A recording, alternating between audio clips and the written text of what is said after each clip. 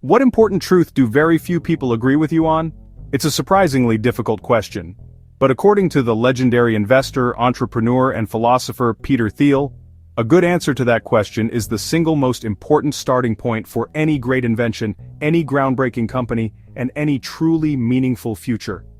In his modern masterpiece, 0 to 1, Thiel argues that the future of our world will not be built by following a well-worn path. It will not be built by copying the things that already work. It will be built by the small and rare group of people who have the courage and the vision to create something entirely new, to go from a world where something doesn't exist to a world where it does, to go from 0 to 1.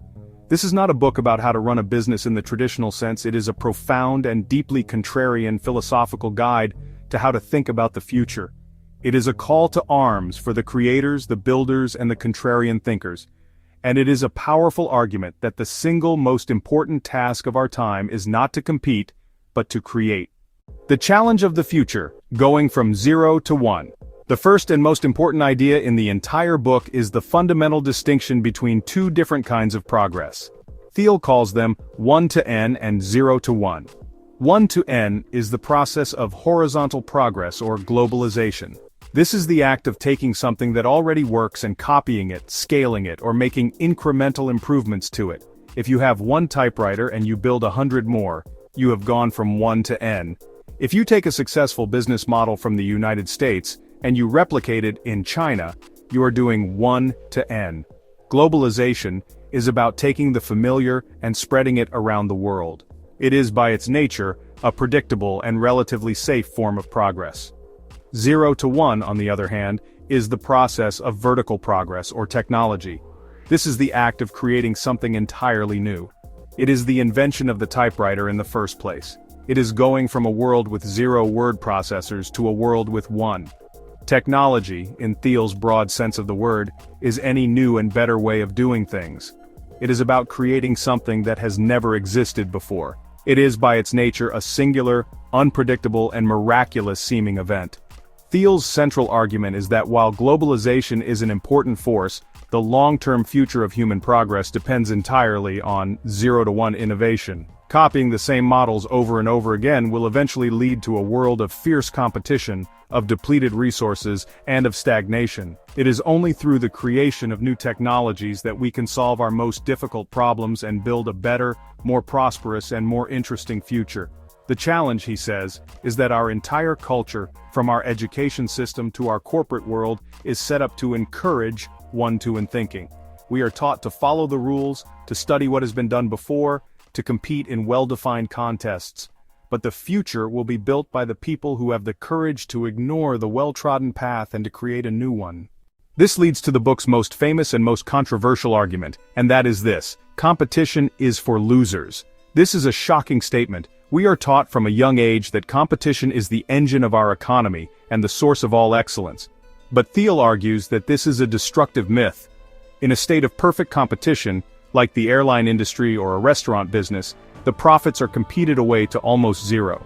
The companies are so busy fighting with each other over a tiny slice of the market that they have no resources left to innovate, to care for their employees, or to think about the long-term future. In a competitive deathmatch, everyone is a loser. The goal of a startup, Thiel argues, should be the exact opposite. The goal should be to create a creative monopoly. A monopoly, in his sense of the word, is not an illegal bully that crushes its rivals. A monopoly is simply a company that is so good at what it does that no other company can offer a close substitute. Think about Google. In the world of search, Google is a monopoly. It's not because they have bribed politicians or sabotaged their rivals. It's because their product is so much better than anyone else's that they are, in effect, in a category of their own.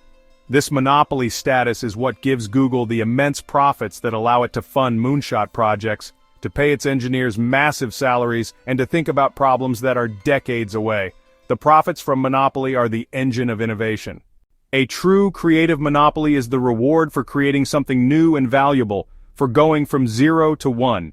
And every great business, Thiel argues, is built on a secret that allows it to escape the brutal competition of the 1 to n world.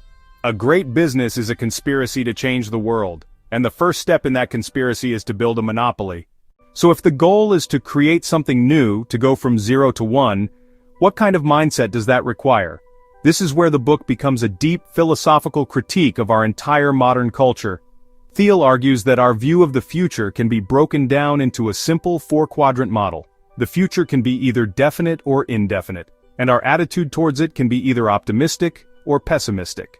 A culture of definite pessimism, like ancient China, believes the future will be bleak, and they know exactly what it will look like, so they prepare for it. A culture of indefinite pessimism, like modern Europe, believes the future will be bleak, but they have no idea what to do about it, so they just try to enjoy the present. The United States, for most of its history, was a culture of definite optimism. We had a clear, bold, and specific vision for a better future, and we had the confidence to build it. We had grand projects like the interstate highway system, the Apollo program to put a man on the moon. We believed we could shape the future through planning and engineering. But sometime in the 1980s, Thiel argues, we lost that. We transitioned to a culture of indefinite optimism. We still believe vaguely that the future will be better, but we have no concrete plan for how to make it so. We see the future not as something to be designed and built, but as something that will just sort of happen. Our financial system is based on the indefinite logic of a diversified portfolio, spreading a bunch of small bets and hoping for the best. Our politics is a process of tinkering and polling, not of bold, long-term vision. And our young people are told to accumulate a long list of extracurricular activities to keep their options open, rather than to pursue a single, difficult, and definite passion. This indefinite optimism, Thiel argues, is a recipe for mediocrity. The great 0-to-1 breakthroughs do not come from hedging your bets. They come from having a definite and often contrarian vision for the future, and then having the courage to make a concentrated all-in bet on that vision. The future will not build itself. It must be built by definite optimists. So where do the ideas for a definite, optimistic future come from? They come from secrets. Thiel argues that one of the most damaging beliefs of our time is the idea that there are no more secrets left in the world to discover. A secret is not a mystical revelation. A secret is simply a difficult but knowable truth about the world that most people don't see, either because they aren't looking for it, or because they are blinded by the dogmas of conventional wisdom. Every great 0-to-1 company is built on a secret. The secret that Airbnb was built on was that a huge number of people were willing to let a stranger sleep in their spare bedroom. The secret that Uber was built on was that a huge number of people were willing to get into a stranger's car. These ideas seemed crazy and dangerous at first. They were secrets that were hiding in plain sight. Thiel argues that there are countless secrets still left to be found in every field of human endeavor.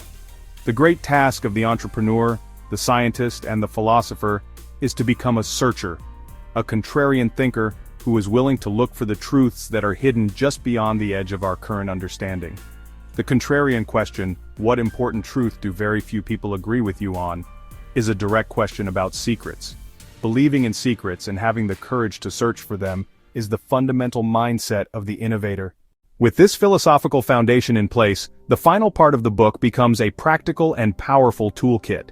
Thiel argues that every single startup that wants to go from 0 to 1 must have a good answer to 7 key questions. The engineering question: can you create a breakthrough technology instead of just an incremental improvement? Is your product at least 10 times better than the existing alternatives?